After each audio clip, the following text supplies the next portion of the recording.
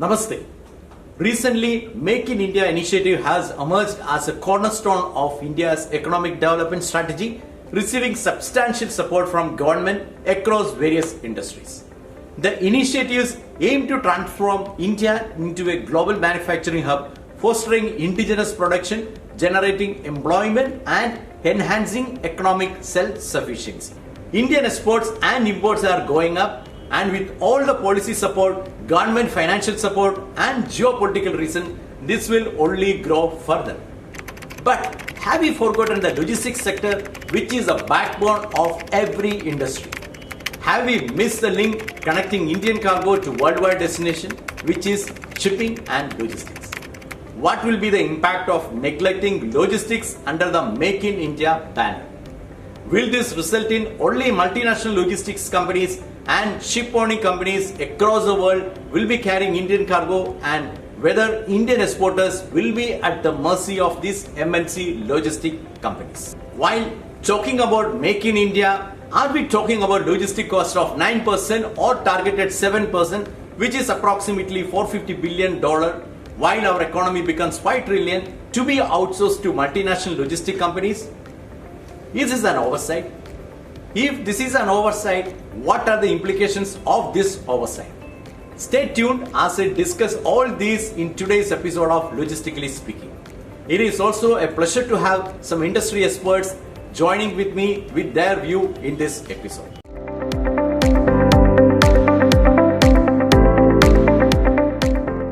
Over the last few years, numerous sectors have witnessed a significant push from the Indian government, leading to transformative changes and bolstered growth. The Making India campaign, given its emphasis on self-reliance, has become central to the Indian startup ecosystem, especially in the face of escalating geopolitical uncertainties and improved technology access. However, failure to prioritize and strengthen this initiative in the logistics sector has resulted in missed opportunities and hindered economic advancement. As a renowned Chinese military strategist once noted, the efficiency of logistics is the line between rapid and sluggish economic growth. Before I move on to logistics strategies of major nations and also on what should be done to make Move in India successful, let me touch on a few sectors that could effectively use government policy support and monetary support by way of PLI to grow their trade. Number one on this list is automotive sector.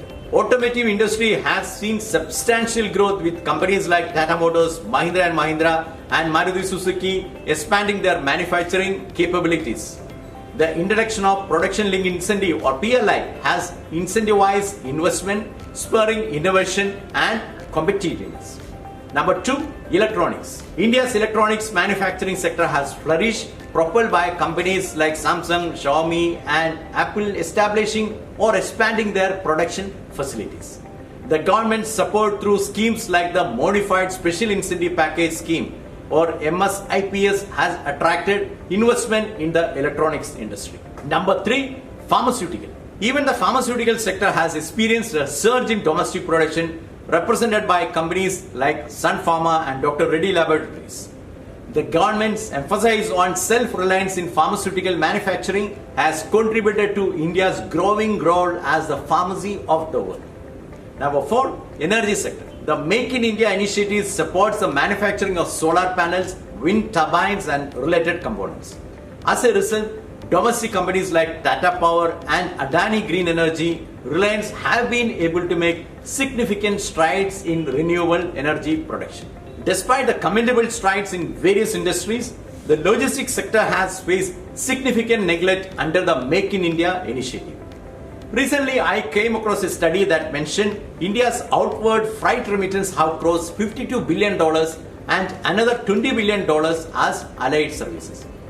While the attention was on the manufacturing ecosystem, the neglected faced by the logistic industry resulted in India not having any large ship-owning companies nor any sizable freight forwarding or logistic companies to move their cargo across the world. One of the questions that always comes into my mind is how do we become a trillion-dollar economy and trillions-dollar economy?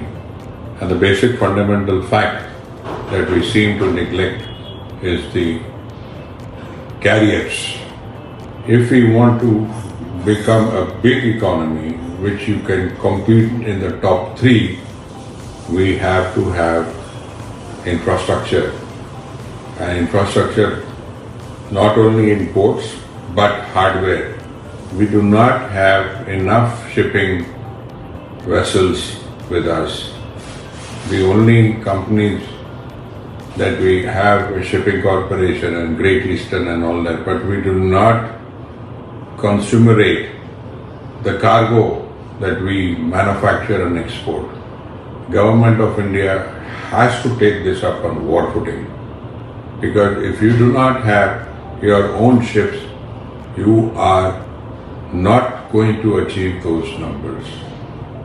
Though we are excelling in production of milk, pharmaceuticals, commercial vehicles, biggest airports and all sorts of it, but if we do not increase our tonnages, how can we transport our goods like coal, cement, steel, goods? This is the question all of us should think and put it in perspective. The key to the growth of any nation is its export. The last decades proved that only the countries that could grow their manufacturing sector and export worldwide could become developed countries. And all these nations could succeed in export growth since they grew their local logistics companies. They all realize logistics companies play a pivotal role in the growth of export of any nation, and both are interlinked. Let me talk about few export-oriented countries that are successful in becoming large export countries and how they plan their growth together with the growth of logistics companies to control their world trade. Let me start with China. COSCO Shipping and China Shipping Container Lines are among the largest Chinese shipping companies, contributing significantly to global shipping. LF Logistics, Sino Global Logistics, Kerry Logistics are examples of Chinese companies who grew their influence worldwide with homegrown export cargo support. Most of their large ports and terminals are run by Chinese companies. Now, let's look at Germany. Hapag-Lloyd, headquartered in Hamburg, is a major German shipping company with a global presence. Presently, German logistics companies are the largest freight forwarders and warehouse operators worldwide. Global giants like DHL, DB Schenker, Dachser, Rohlik, Hellman Worldwide control worldwide movement of German imports and export and have expanded to all parts of the world to control freight movement globally. Germany's major ports, including Hamburg and Bremerhaven, host terminals like Eurogate and HHLA, supporting the country's logistic activities. When it comes to Japan, we can notice that Japanese manufacturers traditionally move their freight only through Japanese logistics companies, Japanese carriers, or Japanese warehouse operators worldwide. Ocean Network Express is the biggest Japanese shipping line that helps in moving Japanese cargo worldwide. The homegrown freight forwarders like Yusen Logistics, MOL Logistics, Hankyu Hashin, Nippon Express, K-Line Logistics, Yamato, etc. ensure that Japanese import and export cargo move through them only. The port terminals are operated by Kawasaki, MOL, K-Line, who contribute to the efficiency of its logistics networks. In the case of US, large freight forwarders like C.H. Robinson and Expeditors International are major logistics companies that provide comprehensive freight forwarding services. Maersk Line, although based in Denmark, has a significant presence in the US after the takeover of Sealand and is present with extensive maritime trade. Terminal operators like Port America handles most of the port terminals in US. The list goes on with Korea and Taiwan, who are using their home-based shipping lines like HMM, Sinocor, Evergreen, Yangming Line, and freight forwarding companies like CA, GLS, Pantos, Pacific Star, etc., and terminals like Hutchison Port, Taiwan International Ports, etc. Similar is the case with the countries like Singapore, Netherlands, UK, and even UAE, which strategically fosters the growth of their logistics sector by supporting local shipping lines, local freight forwarding companies, and terminal operators, ensuring a robust and competitive industry on their global stage. These nations strategically promote and support their logistics sectors, showcasing the diversity and global reach of their shipping line, freight forwarding companies, and terminal. This goes to the extent that some of the nations strictly ensure that their manufactured goods are allowed to be moved only through their home-based freight forwarder and shipping line. Various countries like in the West, from US, Europe, have got huge interest in shipping. Look at the tonnages which are there with Italy, MSC, Taiwan, China, some of the great shipping nations, Netherlands.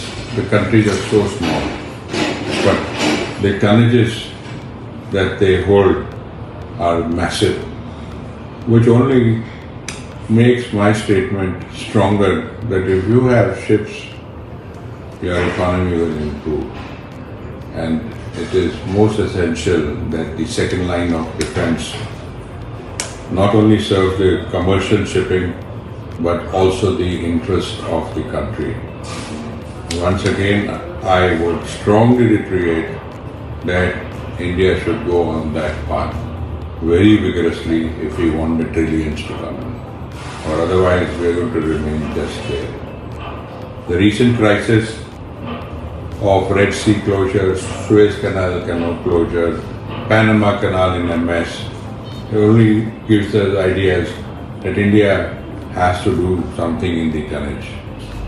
And all of us have to put our efforts with the government authorities, trade bodies, authorities which are cargo assimilating organizations like FFAI, CAI, everybody. We have to give a mandate collectively to the government that this is our requirement. Now, let me talk about some initiative in the logistics sector at the macro level. Though these initiatives are being talked about a lot, the importance of logistics, this is yet to touch the core of the factor. That is the missing link of Indian-owned shipping companies or Indian-owned freight forwarding companies or Indian-owned warehousing companies. Number one, National Logistics Policy. This policy is expected to reduce the steps involved in paperwork for shipping service providers and initiated the process of single window approval for all logistic activities. This includes integration of digital system and having a unified logistics interface platform. Number two, Gati Shakti. The Gati Shakti mission aims to create world-class infrastructure in the country which will ensure synergy is established between various modes of transport. This is aimed at making multimodal connectivity a promising solution.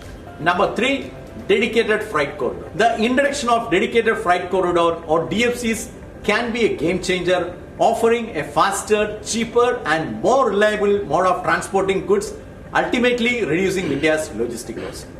These corridors are not only streamlining transportation but also catalyzing establishment of new manufacturing facilities across the route, fostering growth and employment in less industrialized regions. Train movement in DFC is designed to touch the average speed of 75 km per hour against the current average of 20 km per hour.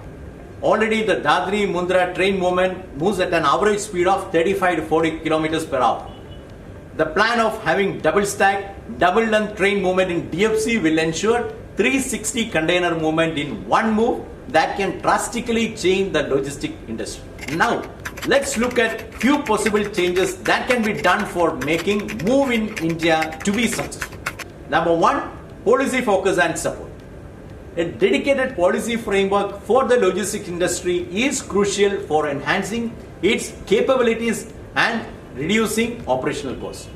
The complexity in ship owning laws need to be eased so that more Indian companies can come into this sector. Number two, financial support. Ship owning and truck owning is a capital intensive sector. These sectors should be given the same support similar to capital intensive infrastructure projects. The support of reduced interest rate, financial incentive, interest holidays, etc., which are given to infrastructure project need to be given to the logistics sectors also. Number 3, infrastructure status. Logistics sector should be given infrastructure status at least for the next 10 to 15 years till the build-up of basic facilities is happening. All the support by way of government policies and financial subsidies, favorable bank loan rate should be given to support the sector. This can help the Indian companies foray into ship ownership, scaling up trucking business with a bigger network, rail movement in the private sector, small port development, developing warehouses across India, and even coastal shipping ownership. Number 4, fragmentation. The logistics sector faces challenges such as fragmented ownership of fleets. 80% of truck owning companies own less than 20 trucks. Unlike other industries, there has been a lack of targeted initiative to address these challenges within logistics domain so that these companies can scale up, which can also result in seamless movement of goods. Number 5, digital infrastructure support. While industries like IT and manufacturing have embraced digital technologies, the logistics sector lags in technological adoption. Digital infrastructure support can help in getting the logistics industry process organized. Technology, a cornerstone of the fourth industrial revolution, is making its way into logistics with the adoption of automation, IoT, big data, and cloud computing. Digital technologies will help to leverage scale and speed, hence we cannot ignore the investment in technology. Number 6, ease of regulations at more interchange. Due to the local know-how, Indian companies can have a strong foothold in the movement where multimodal interchange is required, like waterways to trucking for the last mile. Currently, due to regulation, the cost increases by 431% when a mode interchange is happening from waterways to trucking. If regulations can be simplified and support is extended, this can help local logistic companies to grow along with reducing logistic costs. Number 7, new policy for small port. The regulations and laws should be simplified for establishing small ports across the Indian coast. Similar to the initiative in establishing airports across India, ports should be open to private sector Indian companies with capital support from the government. All small ports should be linked to major ports across India so that coastal movement is allowed for container movement to and from all these small ports. Carriers should be instructed to declare small ports as ICDs, port of delivery, etc., so that the permission to move container by waterways is allowed by the carriers. Number 8, support in building warehouses. At the current pace, it will be many years before India can establish required warehousing facilities. To speed up, this should be divided into 2 parts, that is warehousing ownership and warehouse operations. Ownership of the warehousing facility should be allocated to Indian logistics companies who can run the operation facility by entering into JV with the global warehousing companies. Historically, logistics has been the linchpin behind economic boom in countries like the post-World War II United States, the late 20th century resurgent Japan, and the recent emergence of China. The movement of goods from producers to consumers facilitated by logistics not only creates employment but also stimulates economic growth. The pivotal role of logistics is even more pronounced in today's era of just-in-time inventory and 10 minutes delivery. It is now time to put the spotlight on the logistics sector, which is expected to grow to a $400 to $450 billion industry when our economy touches $5 trillion. Hope we can hear the push for Move in India along with Make in India, because together they can drive the nation towards growth and prosperity. Well, thank you for watching today's episode, and I hope it was informative and gave you a fresh perspective. I'm sure many of you would be having similar views or having more ideas on this topic. Please write down these in comments so that the awareness can be spread. Thank you and see you next week.